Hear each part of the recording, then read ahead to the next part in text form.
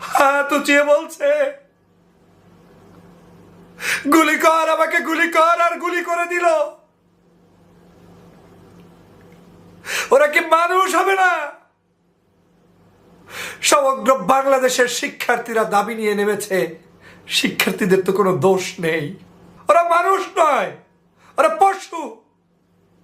একজন ছাত্র হাত তুলে বলছে আমাকে গুলি কর, আর ও গুলি করে দিয়েছে, ওর জীবনের মূল্য নেই। আবু সাইদ, আজ ওদের নির্দয়, ওদের নিষ্ঠুরতা আজকের বাংলাদেশের সকল নিষ্ঠুরতাকে পার করে দিয়েছে।